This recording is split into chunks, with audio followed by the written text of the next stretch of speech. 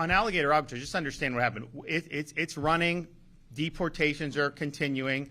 You had a very partisan judge that issued a ruling saying that that DHS couldn't send any more there until, whatever. So they appealed. We're doing that. So DHS hasn't sent more, but all that stay stuff, that's happening right now. We stand ready, willing, and able to accept who DHS sends. Remember, our role at the state, we don't conduct the actual deportations. We process, stage, and then DHS takes them away. And because we've had Alligator Alcatraz, you've had thousands and thousands of deportations that might not otherwise have happened because they didn't have enough room to be able to do it. So we're ultimately going to win that fight. Now, I also announced that we had demand even beyond Alligator Alcatraz, and so we have this Deportation Depot up in Northeast Florida, Baker County, right next door to Jacksonville. So that'll be able to hold another 1,000 to 1,500. Now, one of the reasons why we did Alligator Alcatraz is because that's an airport down there. And so they built the temporary facilities with federal reimbursement. I mean, I hear people say, oh, Florida is out this money. No, we spent money and we will get reimbursed. And getting illegals out, that saved you money because they are costly if they go to the medical care or all this other stuff. But we're getting reimbursed for all that stuff.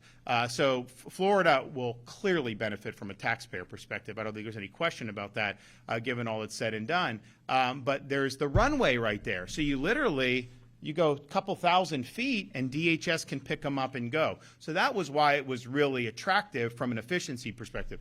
Baker County is not far from the Lake City Airport. It's just going to require loading people and driving. It's like maybe 10 minutes down the road, and then they can be flown out of Lake City. So that will happen.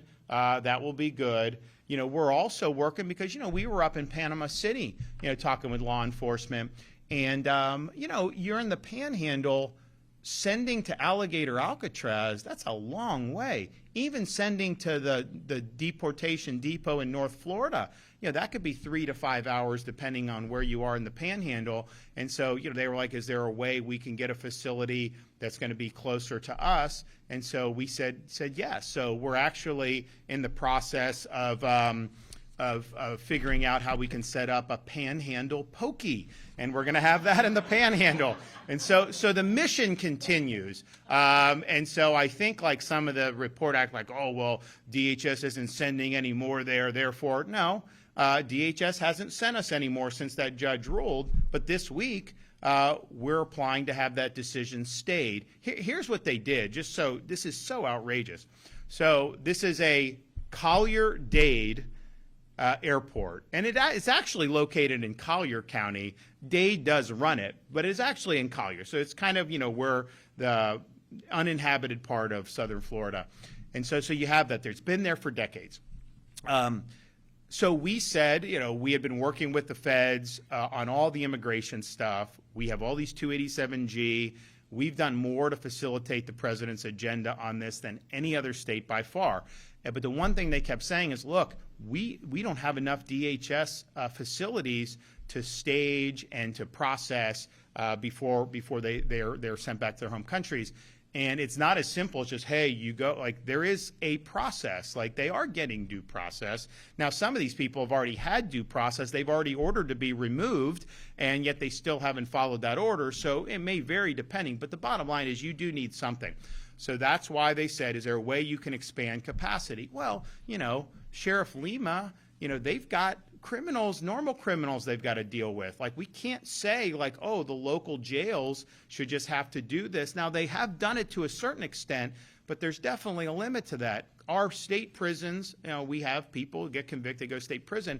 And so we're like, okay, we'll work to do it. So we did the one at Dade Collier Airport, Alligator Alcatraz, because you have the runway right there. And it was our view, once they were there, they weren't going to escape, and then they could be flown out. And I think that has actually worked very well. And they have picked up the pace of deportations. So people sued, and they said, oh, no, you can't do that. Why?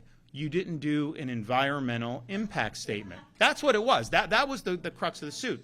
Now, the state, we don't have to do a federal environmental impact statement. when we're doing business on our own property. Like, we don't have to do it. It's not a requirement. The federal government does have to do it when they're doing certain things, and that is law, and I think it gets abused, but it is the law. So, we didn't do it because we're not required to do it. What the judge said was, well, since you're doing this to help the feds, it really is a federal facility, and therefore they didn't do the environmental impact statement. So even if somehow we don't get a stay, DHS, they can generate an impact statement. The impact is negligible because it's all self-contained on the existing airport footprint. We're not doing sewage or any of that. They truck the waste out. They bring all this in. We obviously weren't going to do anything that was going to undercut all the stuff I've done for Everglades restoration. And so that was all buttoned up. So that's what the judge, you didn't do that. The federal government is really running it, even though they're not. Therefore, they had to do it. So I do think we're going to win that fight, and I think that we'll have that. But we're also going to have Deportation Depot. We Panhandle Pokey, and then we're also looking in other areas. And so I think the net of this, there's a demand to have way more than just Alligator Alcatraz. I mean, the reality is, if this judge's ruling stands, even if we continue with these other facilities, DHS will not have enough space. It will be harmful to the efforts. It'll be harmful for the state of Florida. So we're very confident that they're going to do. And DHS, I think their position is, look, if a judge tells us not to send to that facility, then we'll send them other places. And that's fine. That's their prerogative to do. But it's still being operated. We're going to, and a lot of people have been taken out of there for sure. So I would just say stay tuned on that. The mission continues. We are going to ensure that the laws are enforced and that people here are illegally, particularly those who have already been ordered to be deported. We've got 70,000 people in the state of Florida alone that have final deportation orders that haven't been executed. Obviously, Biden wasn't executing any of this stuff.